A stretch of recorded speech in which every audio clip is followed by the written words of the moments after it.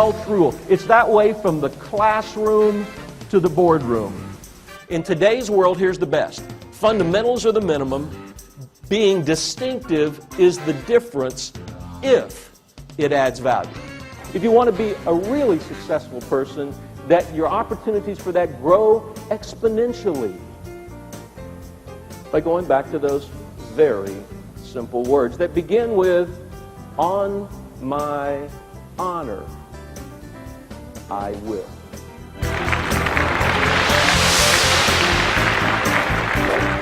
When I got married, my wife said to me, Randy, I'll never ask you to change. And I thought, cool. She then went on to say, I do expect that you'll continually adapt. A couple of you are going to write that one down.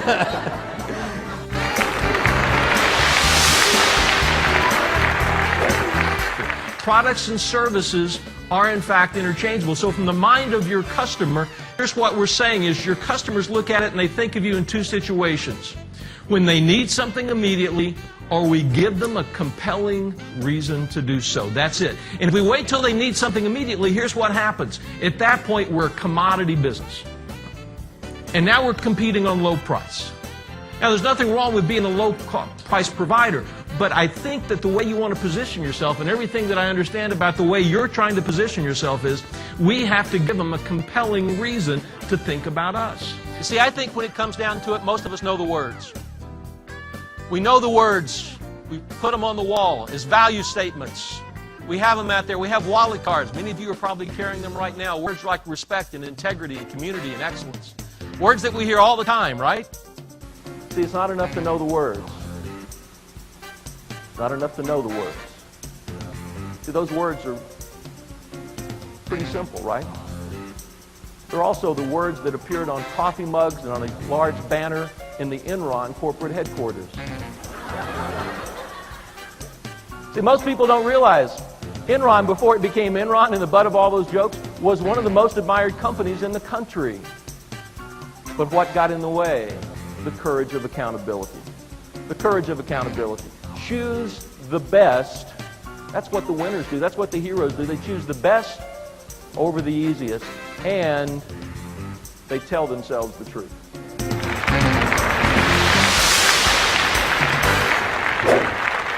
Right over here. And as soon as I showed the picture of Eva, he jumped up and down. I mean, he just got really excited. Right, in fact, sir, with the goatee, right about where you are. If you could just kind of jump up and down. So, okay. Never mind.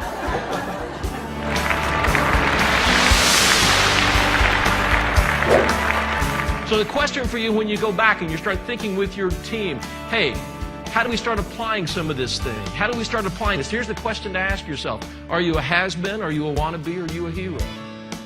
Tell yourself the truth. What happens is once you decide to be the best, it colors every other decision that we make. Colors every decision that we make.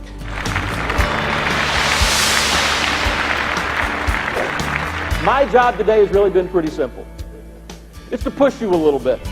It's to push you to think about the possibility of what would happen if organizations all across our country, both companies and associations and government agencies, all took a very simple oath and said, on my honor, I'll do my best to do my duty, to God and my country, to obey the Scout Law, to help others at all times, to keep myself physically strong, mentally awake, and morally straight. What would happen if we did that? And then to hopefully give you 3 ideas you can take away. 1, align. Make sure everything is lined up so that what you say you believe and what actually happens are the same. 2, reward. 3, model. Push you to go back and make a difference, to influence others. That's what leadership really is about. This is the leadership conference, and leaders influence people. Not by our position, but by our credibility to get things done. I'll leave you with one last quote. It's my very favorite leadership quote from maybe the last 6-7 years.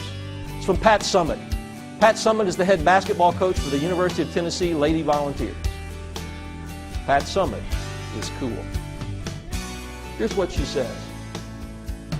If you don't want the responsibility, don't sit in the big chair.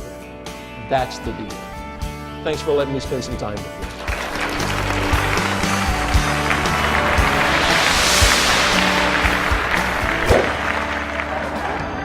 So I will tell you that I attended my very first CPAE Awards night in 1989.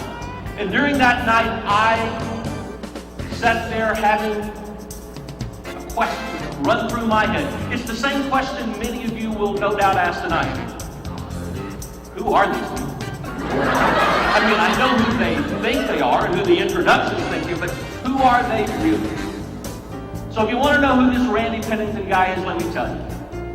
I'm a working pro. Tomorrow I'll go back and I'll start doing exactly what all of you will do. I'll start trying to learn new ways to serve my clients, to excel at this craft that we've chosen as a profession. It's not something I have to do. There's a lot of nights, quite frankly, it's not something I want to do. But it's something that is an honor to do. And I thank you of the honor of being here tonight. Thank you very much.